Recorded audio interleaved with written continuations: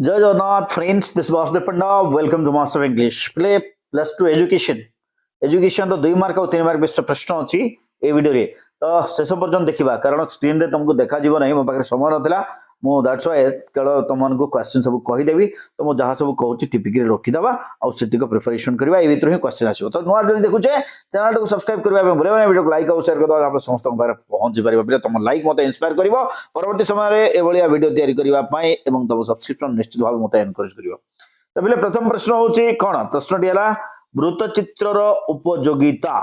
2 number प्रश्न पौनपुन्य वितरण काहाकू कुआ जाए। 3 नंबर प्रश्न मौलिक शिक्षार नामकरण यथार्थता। 4 नंबर प्रश्न गोपबंधु क्यों क्यों सब पाठ्यक्रम कार्यावलीर प्रचलन करथिले। 5 नंबर हला माध्यर सुविधा गुड़िक लेख। 6 नंबर हला जॉन डुइंग शिक्षादान व्यवस्था को केतोटी स्तर रे विभक्त करिचंती ओ कोन कोन। तापरे हला 7 नंबर प्रश्न हला शिक्षा रे मूल्यबोध शिक्षार 2टी प्रयोग लेख। 8 नंबर प्रश्न हला पर्यवेक्षणात्मक शिक्षणर 2टी नियम लेख।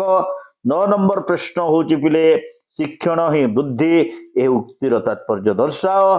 10 नंबर प्रश्न परवर्ती प्रश्न हला शिक्षण प्रक्रिया कोन। 11 नंबर कंप्यूटर सहायक शिक्षा कहले कोन बुझाए। 12 नंबर सर्वशिक्षा अभियान रो मूल लक्ष्य कोन थिला पिले।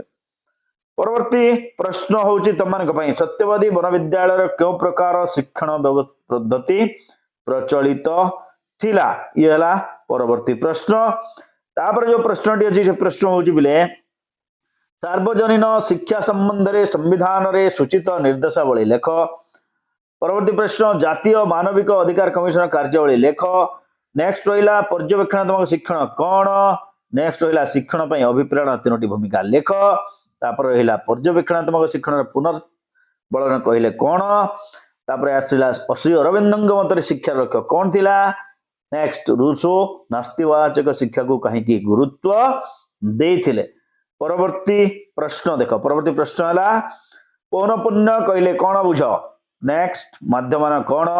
तापर हला मध्यमा रो 3टी व्यवहार लेख। तापर आइला बिले चित्रण और अणचित्रण उपकरण मध्य रे पार्थक्य दर्शाओ। जीवा परवर्ती प्रश्न पाखकू। परवर्ती प्रश्न अछि तमनक पई। प्रथम परवर्ती प्रश्न हला परवर्ती प्रश्न सत्यवादी वन विद्यालय रे मातृभाषा माध्यम रे किपरि शिक्षा दिया जाउथला।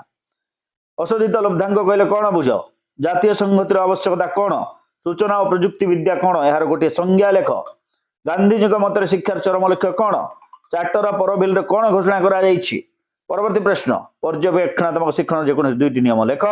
परवर्ती प्रश्न शिक्षण को प्रभावित कर 2टी मानसिक उपादान लेख। नेक्स्ट रहिला परिवेश प्रदूषण परिणति कोन। तापर आसला पिले अंतर्दृष्टि कोन एवं या माध्यम किपरि शिक्षण संगठित हुए। परवर्ती प्रश्न पिले पौनपुन्य विस्तृति काहाकू कमती। माध्यम 10 त्रुटि गुड़िक लेख। शिक्षा क्षेत्र परिसंख्यान 3टी गुरुत्व लेख। शिक्षा क्षेत्र सूचना और प्रयुक्ति विद्यार प्रयोग संबंध लेख। जॉन डुइंग शिक्षा जगत अवदान कोन संक्षेप लेख। गांधी जी प्रवर्तित बुनियादी शिक्षा विफल 3टी मुख्य कारण संक्षेप बुझाओ। शिक्षण को प्रभावित करथिबा विभिन्न उपादान विषय लेख। समस्या समाधान शिक्षण बुझाओ। अभिप्रेरणा 2टी उपाय लेख। जातीय मानविक अधिकार कमिशन कार्यावली लेख। तापर सार्वजनिक शिक्षा संबंध रे संविधान रो सूचित निर्देशावली लेख। शिक्षा क्षेत्र रे सूचना और प्रयुक्ति विद्यार प्रयोग संबंध रे लेख। तो ये थिला पिले तम मानक पई 2-3 मार्क प्रश्न। Thank you for watching till the end. Stay master English. जय जगन्नाथ।